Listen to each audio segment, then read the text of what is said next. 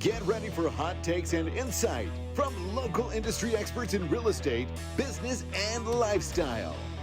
He used to play ball with the Padres. He played hockey for the Lobos.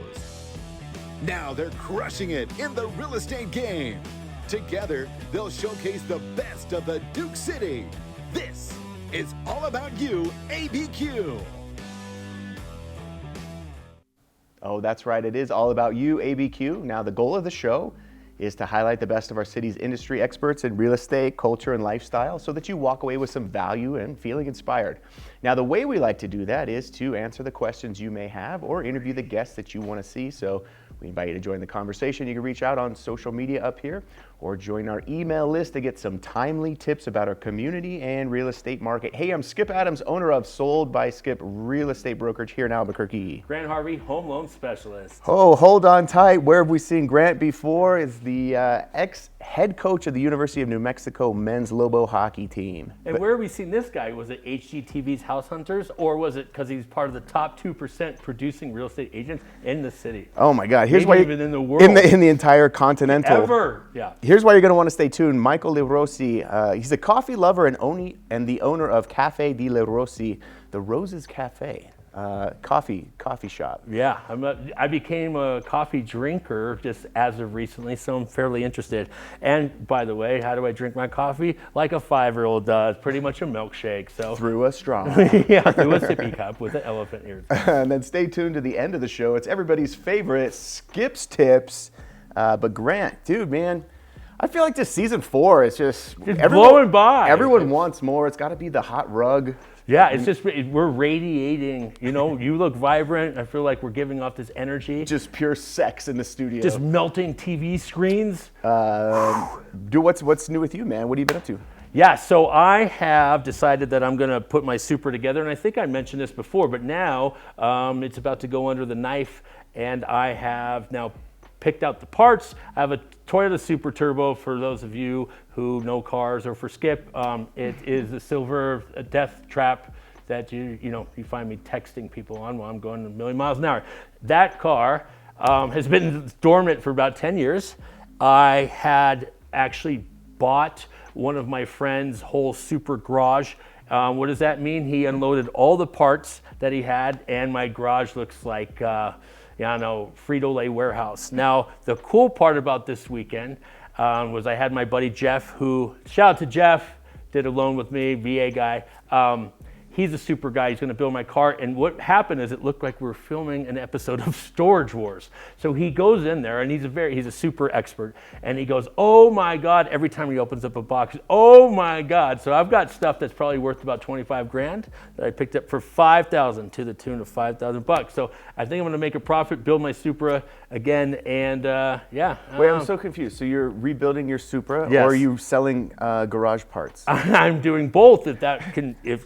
So can I come in for an oil change? Do you work on Jeeps? I'm selling parts. So how long have you been a mechanic? Yeah, okay. Yeah, I'm pretty pumped up about that. I bought a bunch of these parts thinking like, oh God, what I get myself into? But it turns out I'm going to turn in a pretty penny. Scrooge McDuck here. What did you do this weekend? It's baseball season. And baseball season, the Isotopes are back. So we had a chance to go to an Isotopes game. One thing I love about the Isotopes Stadium, since they redid it now, they kept one thing in place, and that's the big concrete baseball out front. And I got pictures of myself when I was a kid on this this big ass concrete baseball. Is that you as a kid in the middle? And so Birdie we took to the game last year and then this year, so we did a little side by side. That's not real baseball, So right? that real baseball is actually, they used to be down at the Tingley Field, down by the zoo is where the original field was, but they brought it up here to Isotopes Park. But it used to be Duke Stadium. And then it's intern Ashley's birthday, so we did a little Sunday fun day, went out to Ex Novo Brewery, and the girls got some bottle service there. So, so yeah, that was fun, man. Just doing adult stuff, hanging out in the sunshine of Albuquerque. Springtime's the best, man. Because it's the sun's out. It's not too hot though. Like Ex Novo in Corrales. In Corrales. There's only one. There is one. They're opening one downtown, I believe. I hope that they keep the culture of spirit. I'm always weary, not that they're going to fall subject to this, but when people go, hey, we'll just make more, and it becomes a Wex, and there's like 87. Just a watered down shadow of what it used to be. You want hash browns in your hot chocolate? Sure. You always hope that your quality control stays put, and obviously I don't need to give a business lesson, but the farther you expand, the harder it is to monitor and hope that you've got employees that exhibit the culture you have created. Yeah, they believe in the brand and can carry it on. And I think one of the cool things that they did at Ex Novo now is, they've updated their ordering system. One thing I always hate about going to breweries, it's like you have to wait in one line, and then there's one guy with a handlebar mustache up front just going like, would you like to try every beer? 8.9% crowd. And so there's one guy up front that's like, well, this one's really hoppy, and he tries 13 beers, and you're just waiting in line, just kicking yourself, like, why am I here?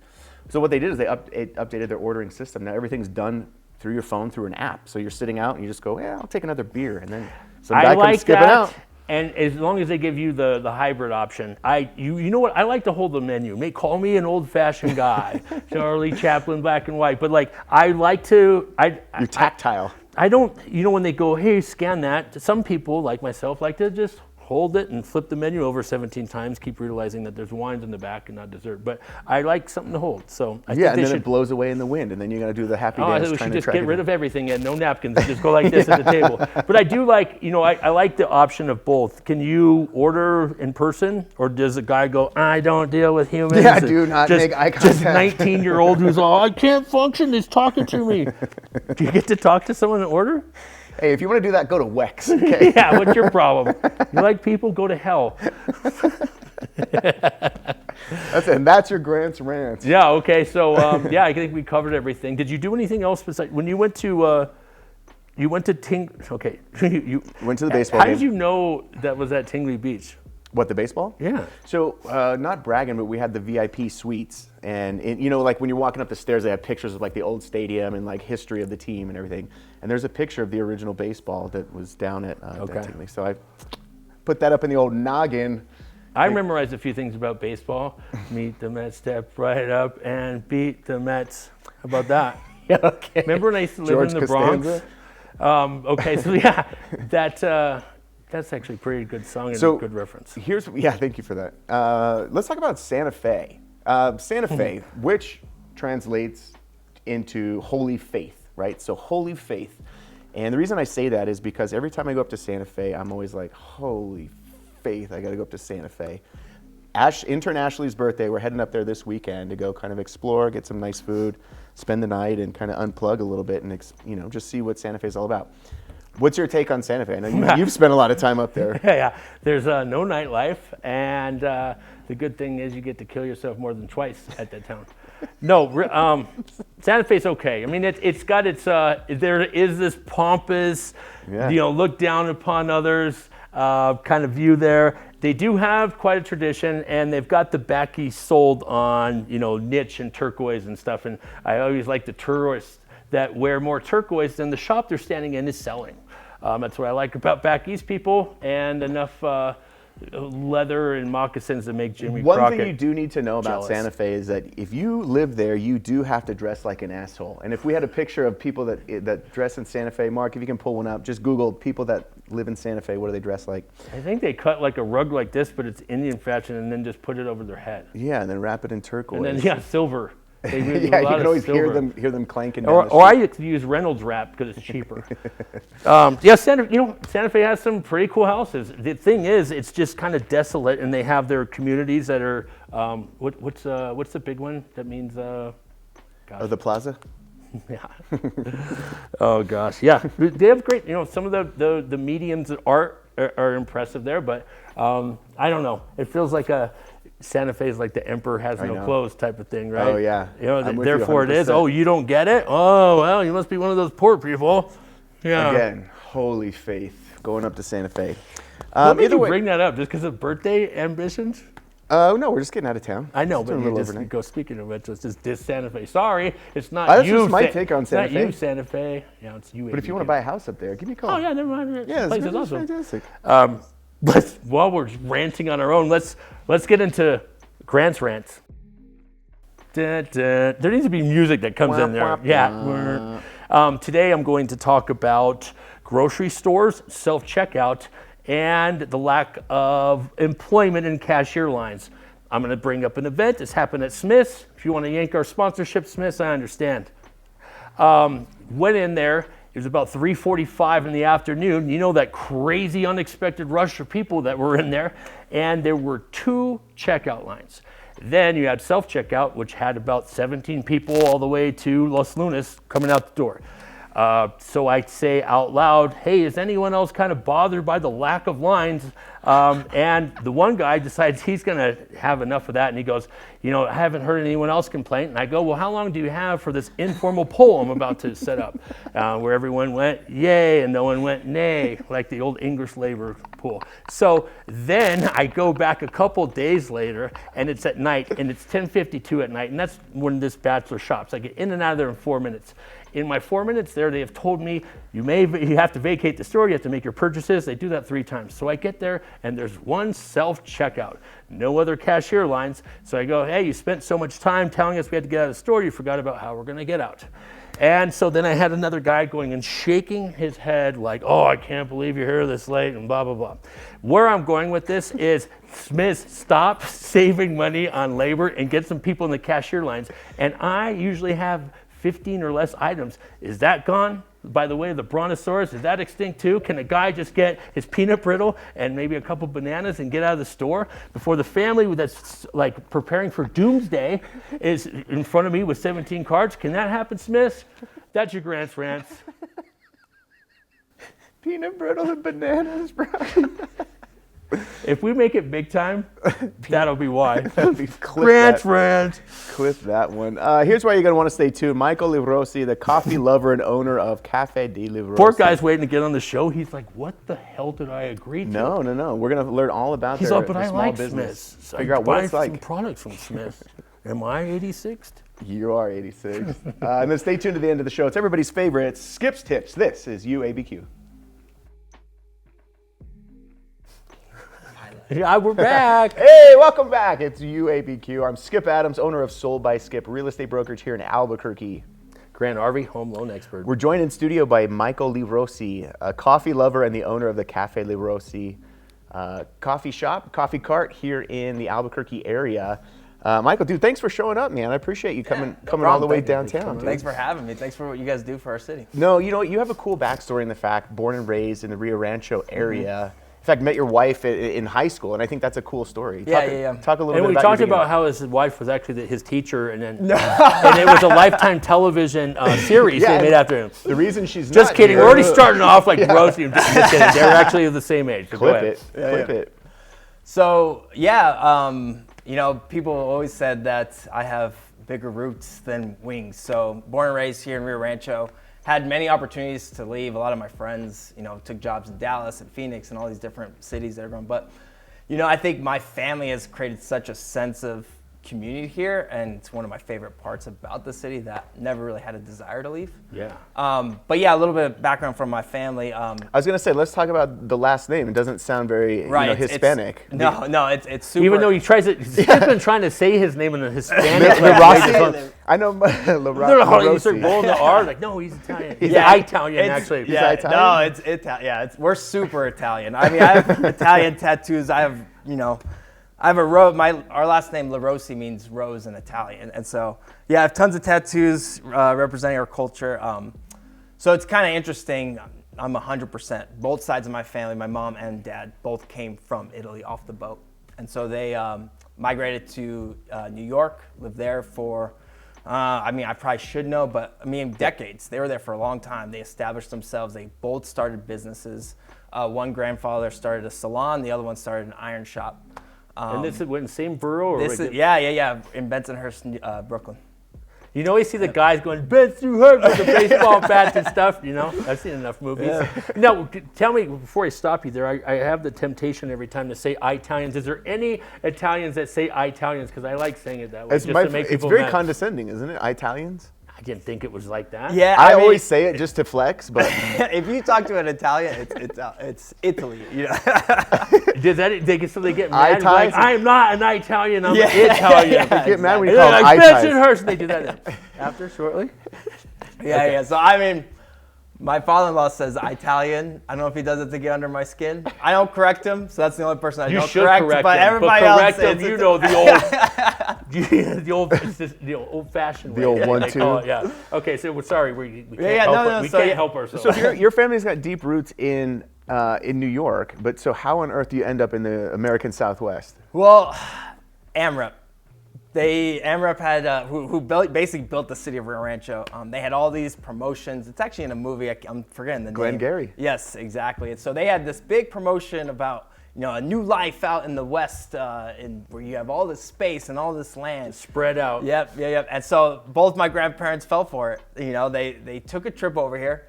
They fell in love with it. But what they fell in love is they grew up in Italy, and so they thought the landscape here kind of resembled it, and it kind of brought them back to their home country. And so they had both had over an acre worth of land. They had their vegetable. They grew their gardens. Okay. So they created a nice quality of life. Did they grow tumbleweeds back in Yeah, Italy too? They're like, you know what? These roadrunners remind me of the same play. Grew up in it. So yeah, I think that's what kind of sold them on it, is being back here and kind of reminding them of their home country. Well, let's dive a little bit deeper into the AMREP, call it scam. But I mean, that was They got us too. My dad came from Canada, and here I am. It's funny because I will still get calls from people who are like, I inherited some land from my grandparents who bought it in Rio Rancho. Can you tell me what this parcel of land is worth? And then you roll out the map and you try and find it, and you're like, and it's way out there. Yeah. Yo, this land hasn't made a stitch of progress since they bought it. So I don't know, $4,000?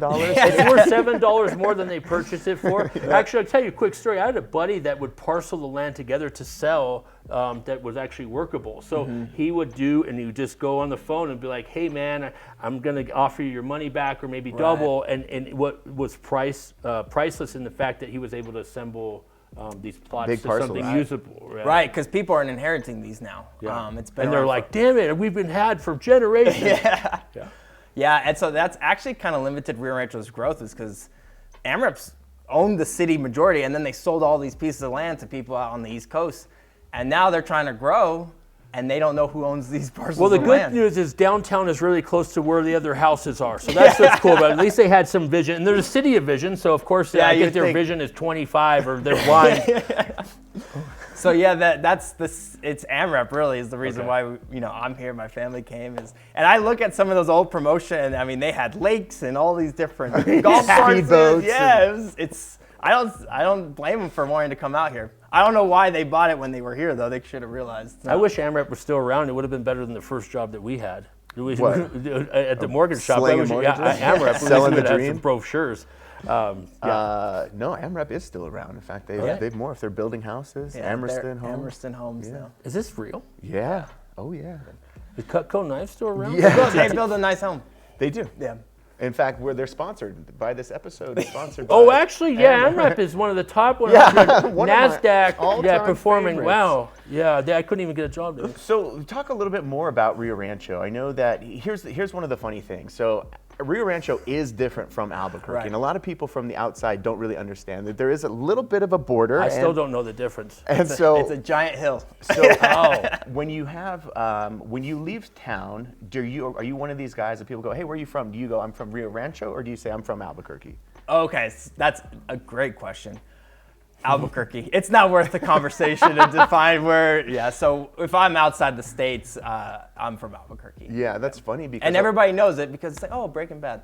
And when you're across the world, if you're in Europe, you say you're from Albuquerque. Like people know. you say, if you're Rio Rancho, you know where they filmed The Hills Have Eyes. Yeah, So on the house diagonal from where the people got killed. It's funny, a lot of people that move here, you have to explain that Rio Rancho is its own little thing. And here's the funny thing too is, while we shit on Rio Rancho because it's like our little stepsister, but when you actually cross the border into Rio Rancho, all of a sudden like the roads are like way more smooth, like everything's newer. The Way more taxes are people less. pulled over. Yeah, there's nobody speeding ever. Yeah, there's speed traps everywhere.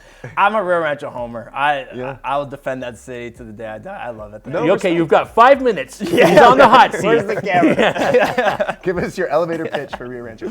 So, okay, a couple things about Rio Rancho. I think when people ask me where should I live if I'm going to move to Rio Rancho, a couple places I like: Lomas and Cantadas, all the way north. Yep. I like that because it's developed, it's new, and you can kind of take the back road out and around. You don't have to go through all the bullshit to get to Albuquerque. And 550 has just recently been redone. It looks, right. Yeah. It's, that's one place. I think that Los Diamantes is actually a good, over by Rust. Yeah, right there by Rust Medical. That area is growing on the west side. Those are kind of the two places that I would recommend. Other than that, I think it's a soulless place. What do you feel about the river's edges? Like, if you can get in there, I think that's a good spot. Are they? Yeah, well, those have really great views. That's an older community. But yeah, you can find nice sized lots. That's the thing is Rio Rancho has a little bit of everything because it was built by AMREP where you have, it's not crazy. AMREP, a city, a company you could Bring set it your back. watch to. AMREP. But they had, it's not crazy to find land on or homes on, 7 or 0.75 of an acre or a quarter of an acre. Yeah. With mountain views. So here's been my thing, actually when I was a kid, you saw River's Edge 1, you go, dang, it's pretty far out there. And then as a kid, you go, River's Edge 2. Oh my God, there's a River's Edge 3. And you wait for the 4 and it never happened. It's just disappointment, sheer disappointment after that. Yeah. But I used to think, there is land to sprawl out on. Right, you have bigger pieces. I used to think, or I still do, and I think about this in the kid sense. So you build, some of those houses are in the middle of nowhere and they have no neighbors. And I think all the mice and scorpions have to go, we found our new home. And all of them just scurry over there. That's what I think. Just carrying cheese across. Let's pivot a little bit. Okay. Talk a little bit about the coffee cart and the company. What was the birth of, and give me the rundown. So it all started during COVID. It's kind of a little passion project that's taken off. So my wife and I were sitting, at this point we were still able to go to coffee shops. We were in our masks and everything, but we're sitting and, being an educator, I was a teacher for essentially my first career and just wasn't happy. I think it was so many different factors. I think COVID brought a lot of things to light, but just talking about what we should do. And, we always had this entrepreneurial spirit. My dad owns a business, my grandparents own businesses. So I wanted to kind of invest in something like that. And so we thought we have a little bit of cash. Let's not break the bank and take out this loan, but let's start something that we can start generating revenue. And then from there, maybe transform it into something else, eventually open up a coffee shop. And so that's where a quick Google search and an Instagram search, my wife's like, what about something like this? And we're like, easy, let's do it. So we had 10 grand, we bought a nice machine, we bought a nice cart, we bought a nice grinder. So essentially, so you source your own beans or do you go from a wholesaler in town? So we try to keep it local. So we have a local coffee shop, Oval Dogs in Rio Rancho that does our roasting for us. So they roast you. Yep. So you guys take a bunch of bags, you roll out to a location, freshly grind, and Yes. you have a couple different options or everything's espresso? So we do mostly espresso-based options, but we have tea, and then we can do hot chocolate. And I mean, we're pretty unique to where if you ask us to bring something, we can make it work. We can make it happen. I like Tang. We can do that. Who's Tang? Yeah, but mostly we try to stick to the most Italian menu where we're doing cappuccinos, we're doing lattes. What's the serving size that you did the little? We have a 12-ounce cup, just kind of standard. Is that so? When they serve the little cups, is that just what would that be? Is it Just an espresso shot. Yeah, like a little espresso. A cortado is 2 ounces of espresso, 2 ounces of milk. You could probably squeeze that in one of those. Oh, I'm not rich. I can't order one of those. But okay, so how many sizes do you offer? So because we're kind of volume makers, so we don't really, when people come to us, the drink is already paid for, by the hosts. Most of the bars that we do are hosted drinks. So we do a lot of teacher appreciation, we do a lot of weddings, we do a lot of employee appreciation. Gotcha. And so they come up, they ask for a coffee, we don't ask them, do you want a small, medium, large? Okay. We're just knocking out drinks. How did people find you initially, and how do people find you now? Originally, when we started, we were planning on doing pop-ups. That was the fad, that was what everybody was doing. It was cute, it was artsy. When you say pop-ups, meaning you just find a street corner? No, Yeah. they break out into dance. Yeah. At museums. Yeah. Find a street corner where everybody has these, I've drawn a name on what they're called, but just like Farmers these market or events, something? farmers market, or just events where it's like, hey, we're gonna have a bunch of vendors and bring You your just coffee pull up shop to up. effects on the dance floor. Who wants a coffee? Who's feeling low? 2 bucks. And so what happened was we did a few and we would make a little bit of money, but everybody that promotes those events always overpromises and underdelivers on how many people show up. And then they always say, oh, you should have been here last year. We had 1,000 people. You know what I mean? And coffee is kind of unique where it's, some people drink coffee all day, like myself. So if I was at a farmer's market at 2 p.m., I would get a cup of coffee. Most cases, it's not like that. So we try to stick to either hosted events or stick to the mornings if we are going to do.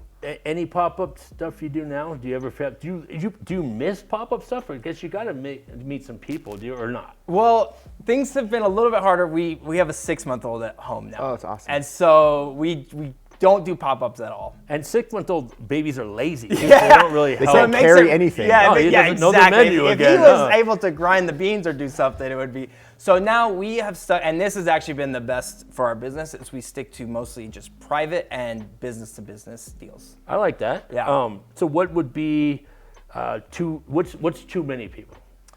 Well, it depends on time. So I can knock out, for example, probably 70 drinks in an hour. Oh, okay. Which is a pretty good. I mean, I don't even know if Starbucks does that. Oh, but wow.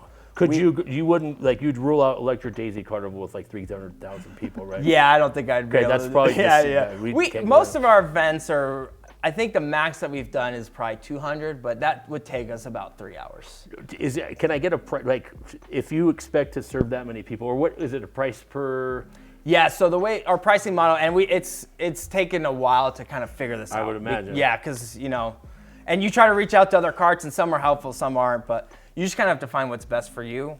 So we charge a base price, and then from there, to protect the consumer and to protect us, we charge a per drink base on how many we make. Oh, so you tally it, okay? Right. Because I could see someone going, man, these guys are really going through a lot of product. Right. Man, I'd never drink this much coffee on my own. We went through 80 cups, and okay. So we ask them, how many people are you anticipating? We always bring a little bit more. But we would get to the point where we were losing business because we would have a fixed price. And like, well, we're only gonna have 30 people. And I was like, fair enough, At that point, we may not be the best value for you. So we kind of worked out a system to where we kind of lower the base price and then we charge per drink. So now we can cater to everybody. Oh, that's pretty Well, cool. I like your story in the fact that you wanted to start small with the coffee cart and then kind of grow that into the cafe. Right. Talk about the big dream. I mean, where do you see it ending up? Yes. Because I can see, look, just by the way you're sitting, I see you sipping a latte, exactly. retired already. So, this really is a passion of ours. My wife and I, and really my family, all love coffee. But Shout out Kyla. Yeah, shout out Kyla. Kyla, you said it right. Yeah. Wrote it Yeah, down. Kahlua. Kyla is Kyla. Yep. Kyla, big shout We're out. running a spelling bee now? Okay. Yeah, 1-0. So the goal is, eventually we're going to open up, but we really want to do it right. So every summer we try to make our way out to Italy. And so what we do there is we do a little market research, whatever. We like to hang out, but we want to do it like they do, where people are having espressos, they're hanging out. It's not a drive-through system. Yeah. And then what they do over there is they always have a bar, and they have like a little aperitivo where people are having snacks, they're having a little cocktail, and kind of it transformed from a cafe to a little cocktail bar. Yeah. So that's kind of the plan eventually. And serve some antipasta. Yeah, I used to Exactly, work at it. exactly. Yeah, maybe Hey, I Italian, look at this, where I got my chain. Yeah, I got my chain on. You'll too. get bigger when you have success. And we'll chart how good you're doing by the chain width. Like, Dan, he's really killing it. Yeah, I don't really like to brag. Yeah, I did about 80 cups this hour. 80K in cups. So if you had to have, pick out a dream location, where would it be? You go Rio Rancho, Albuquerque, or Santa Fe. So The Rio Rancho, the where mecca of coffee. And I defended Rio Rancho already. I don't think Rio Rancho's ready for something like that. Something as classy as that. Yeah, as something bougie. like. I like that. It's You know more what? of a commuter Yeah. town. It's a commuter town. Everybody, is on their path to get to Albuquerque in the mornings, or they're ready to get home. I actually do think about that, and I think about that in every regard. Gas stations and stuff. Do I have to go spend 5 minutes? It's true, like, especially for coffee. No one is like, I've got all the time in the world. Coffee's part of that process. Right. That's smart for you to think about. Yeah. Well, listen, I think it's a fantastic idea, and I can't wait to try a cup. So next time there's an event, you can count. I think if YouABQ you guys crew. started just keeping everything in house, you could have the roasties, and that way you wouldn't have to Oh farm my out some gosh, of your that's roasting brilliant. coffee. You like that? That's for free. patent pending. Yeah. The roasties. Hey, more just dumb change business it. ideas. Come back to the show. We'll do a follow-up. Michael LiRosi, thank you so much for stopping by, man. Yeah, we wish no you all the problem. best in your ventures. We'll have links to your coffee cart and everything else in the show description. And obviously, guys, stay tuned to the end of the show, man. This is what everybody's here for. No It's diverse time attorneys for this section. Skips Tips. Yeah. This is YouABQ. And we are at segment 3, the most anticipated, highly awaited portion of the show. Thank you, Mr. LiRosi, for coming in. Fascinating story. We hope your growth goes well. Now we get into Skip's Tips. Oh, it's Skip's Tips. Anything that saves us time, makes us more money, or allows us to have more fun, whether that's in real estate or real life. Good news, you don't need a real estate agent when buying a house. First, find some property. Let me explain. First, all you have to do is find properties that you like online and then schedule a tour. Number 2, just go ahead and pop into an open house to make sure that home fits the size and layout that you're looking for. Once you've selected your house, all you have to do is negotiate a purchase price and terms with the seller. Secure your deposit, figure out your financing, make sure you get your home inspections ordered, then do a title report to ensure that there's no assessments or encumbrances that run with the property. Make sure you've done your homework on the recent sales data in the neighborhood to ensure the value is correct. You're going to want to pay for or at least get an appraisal to ensure you're not getting ripped off on the purchase price. Now let's go back to the home inspection. You're going to have to negotiate those repairs to make sure the home is up to livable standards. You don't want radon gas, faulty foundations, or any issues with plumbing or electrical. And make sure to stay within your contractual timelines and guidelines. It's a lot to juggle. You may want to take some time off work to ensure you're hitting all these marks along the way.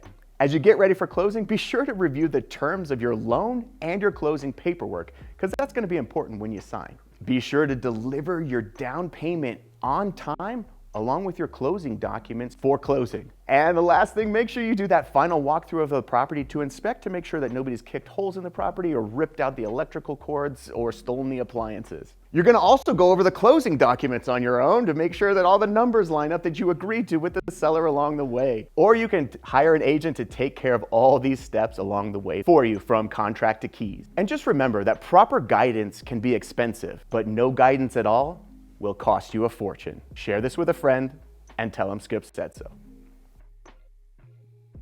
Oh, LiRosi's coffee. Yeah. Patent pending. Syndicated. Yeah, I actually do some side consulting work for people who want ideas just like that.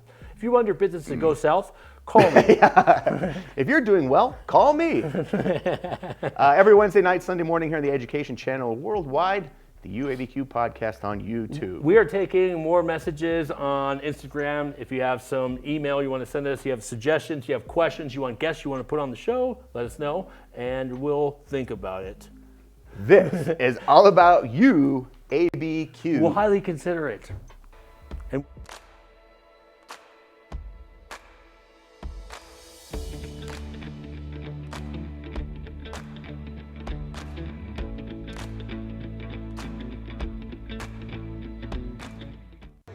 You're watching YouABQ.